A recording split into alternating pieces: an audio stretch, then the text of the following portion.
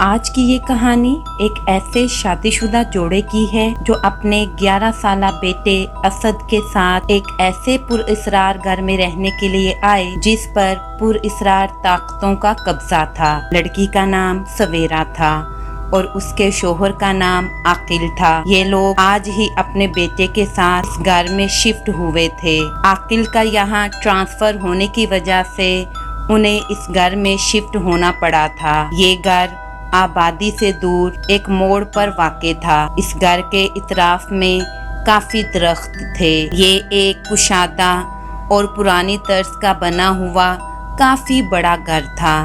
گھر کے بیچوں بیچ ایک برگد کا درخت تھا۔ گھر کے سبھی کمرے بڑے بڑے تھے۔ سویرا اتنا کشادہ اور بڑا گھر دیکھ کر بہت خوش ہو گئی تھی، لیکن شاید وہ یہ نہیں جانتی تھی کہ اس گھر میں ان کے ساتھ کیا ہونے والا ہے۔ آج کا دن ان کے لیے بہت مصروف ترین دن تھا۔ سامان لانے اور اس کو سیٹ کرنے نے انہیں کافی بری طرح تھکا دیا تھا۔ رات 12 بجے کا وقت تھا۔ عاقل اور اسد سو چکے تھے، لیکن سویرا نیند نہ آنے کی وجہ سے ٹی وی دیکھنے بیٹھ گئی تھی، اور جب سویرا کو نیند آنے لگی تو اس نے ٹی وی بند کر دیا اور صوفے پر ہی سو گئی۔ رات کو اچانک سویرا کی آنکھ عجیب سے شور سے کھل گئی۔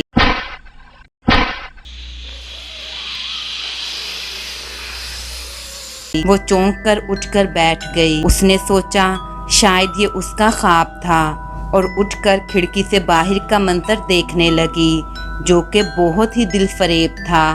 آسمان پر چاند پورے آب و تاب کے ساتھ چمک رہا تھا، مگر جیسے ہی وہ واپس مڑی اسے لگا جیسے زمین کے نیچے کوئی چیز لڑکتی ہوئی جا رہی ہو۔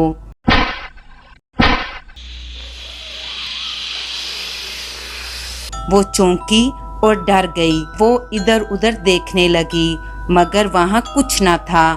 جب کافی دیر کوئی آواز سنائی نہ دی تو وہ اسے اپنا وہم خیال کرتے ہوئے ٹی وی لاؤنج سے باہر آ گئی اور اپنے کمرے میں آ کے سو گئی۔ اگلے دن سب کچھ نارمل تھا۔ رات کا واقعہ اس نے اپنے ذہن سے جھٹک دیا تھا۔ سویرا سب کچھ بھول کر گھر کے کاموں میں لگ گئی، مگر شام میں ایک اور عجیب و غریب واقعہ اس کے ساتھ پیش آیا۔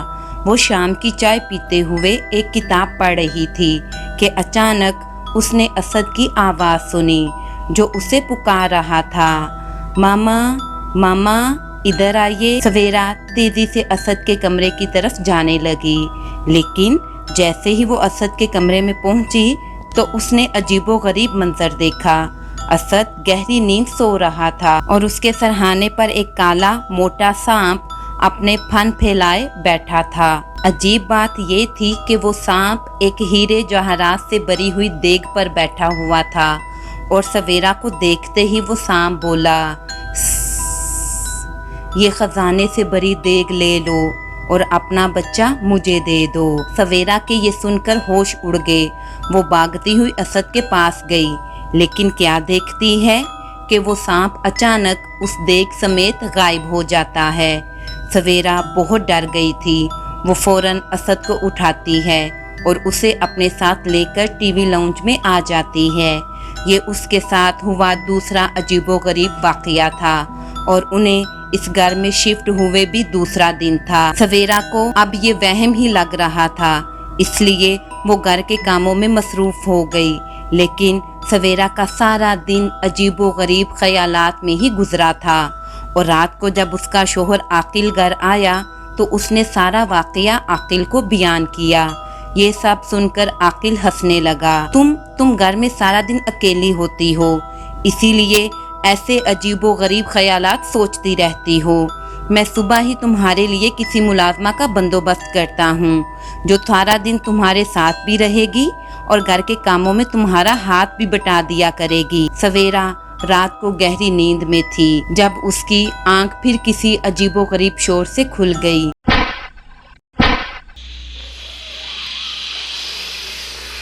سویرا اٹھ کر بیٹھ گئی اور سننے لگی۔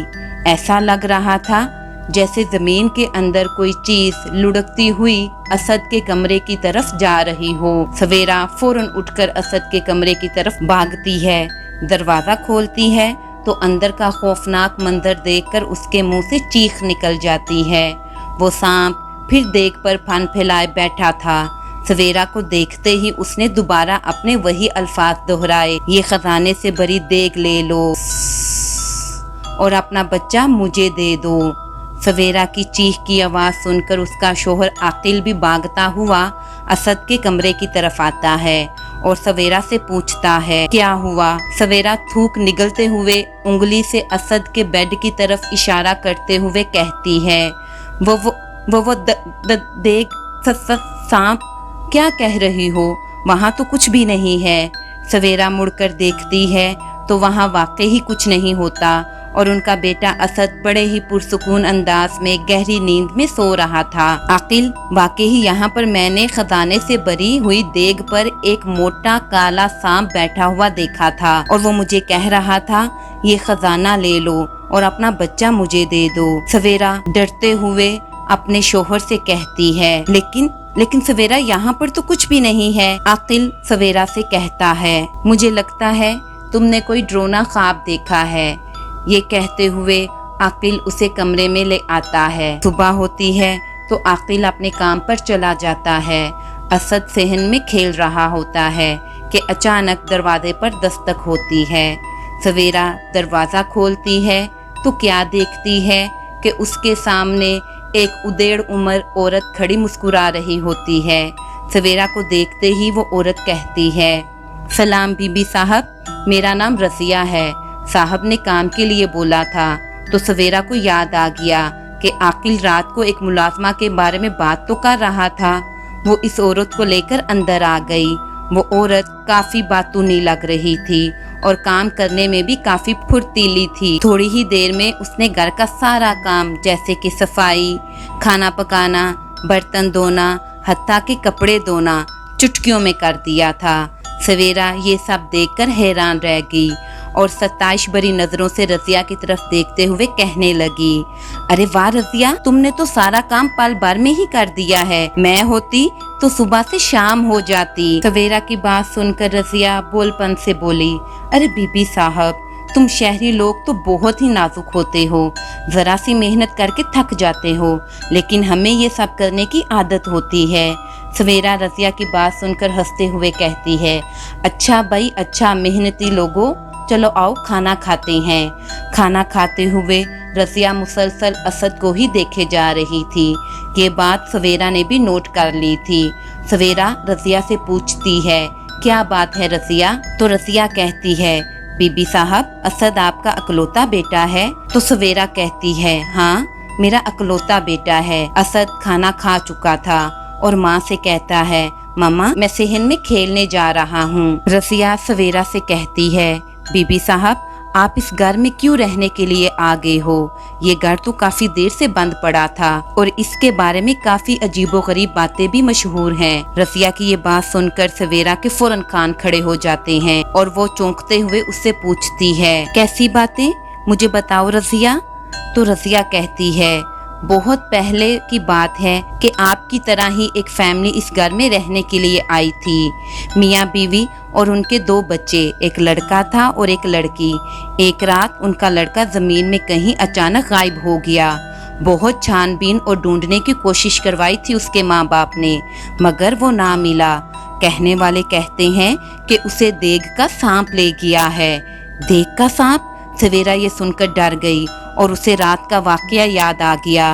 अभी वो ये बातें कर ही रही थी कि आकिल कमरे में दाखिल होता है और फौरन रजिया को टोकते हुए कहता है, ये कैसी अजीबोगरीब बातें कर रही हैं आप, आज के दौर में ऐसी बातें। रजिया ये सुनकर कहती है, अच्छा बीबी जी मैं चलती हूँ, सुबह आऊंगी। तुम भी ना सवेरा। आकिल सवेरा को देखते हुए कहता है, ये गांव के लोग भी ना बड़े वहमी होते हैं और उन्होंने अपनी ही मन गढ़ंत कहानियां बनाई हुई होती हैं जिनका हकीकत से कोई वास्ता नहीं होता। लेकिन सवेरा हकलाते हुए आकिल से कहती है, आकिल मैंने भी देख पर ही शाम को बैठे हुए असद के पास देखा था। लेकिन आकिल सवेरा को कहता है, सवेरा तुम पढ़ी लिखी हो और ऐसी बातों पर यकीन? यकीनन ये तुम्हारा वहम है। ऐसा भला कैसे हो सकता है? मुझे बड़ी भूख लगी हुई है, चलो आओ खाना खाते हैं। आकिल मुस्कुराते हुए सवेरा से कहता है। सवेरा सर झटक कर सेहन की तरफ बढ़ जाती है। रात को सवेरा को नींद नहीं आ रही होती है। वो घड़ी की तरफ देखती है, रात के 12 बज चुके होते हैं कि अचानक सवेरा को जमीन के अंदर से देग के लुढ़कने की आवाज आती है।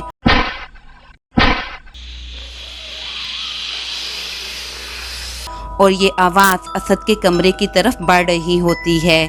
सवेरा फौरन डर कर उठ बैठती है और अपने शोहर आकिल को भी उठाती है। आकिल हड़बड़ाकर उठता है और कहता है क्या हुआ? आकिल वो आ गया, आकिल वो आ गया।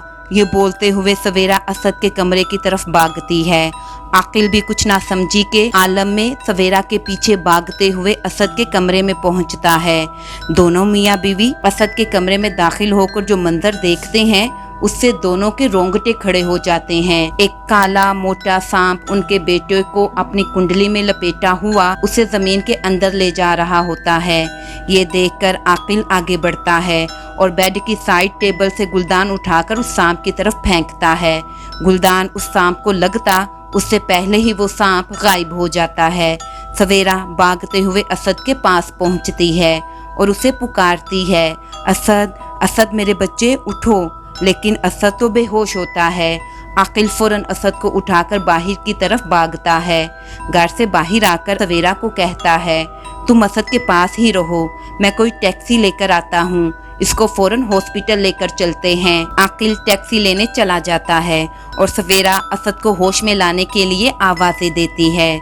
सवेरा जब मुड़कर दोबारा घर की तरफ देखती है तो उसे घर की छत पर वही सांप देग के ऊपर बैठा हुआ नजर आता है और अपनी सुर्ख सुर्ख आंखों से उसे घूर रहा होता है। इतने में आकिल टैक्सी लेकर आ जाता है और दोनों मियाँ बीवी असद को लेकर हॉस्पिटल की तरफ रवाना हो जाते हैं। वो घर उसी रात ही उन्होंने छोड़ दिया था, लेकिन कहने वाले अब भी कहते हैं कि उस घर से अभी भी देख के लुढ़कने की आवाजें आती हैं और साथ में वो ये सांप ये कहते हुए भी सुनाई देता है, खजाना ले लो और बेटा दे दो। लिसनर्स, आपको क्या लगता है वो क्या हो सकता है?